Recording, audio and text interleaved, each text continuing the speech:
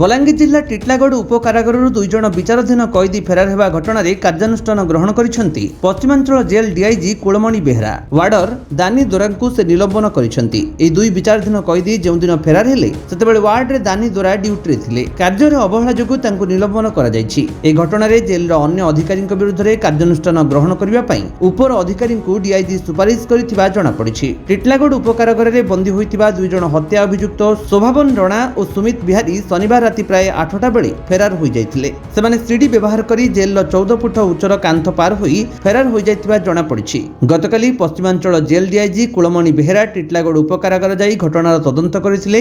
तदंत बेले से जानिबाकु पाइथिले जे दुई फेरार विचाराधीन कैदींकु जेल अधीक्षक व्यक्तिगत कामरे लगाउथिले। जेल अधीक्षकक अवहेलारु एई घटना घटिथिबार स्वीकार करिसेंती पश्चिमांचल जेल डीआईजी। जेल अधीक्षकक विरुद्ध रे केउ कार्यानुष्ठान हेउछि ता उपरे समस्तक नजर रहिछि।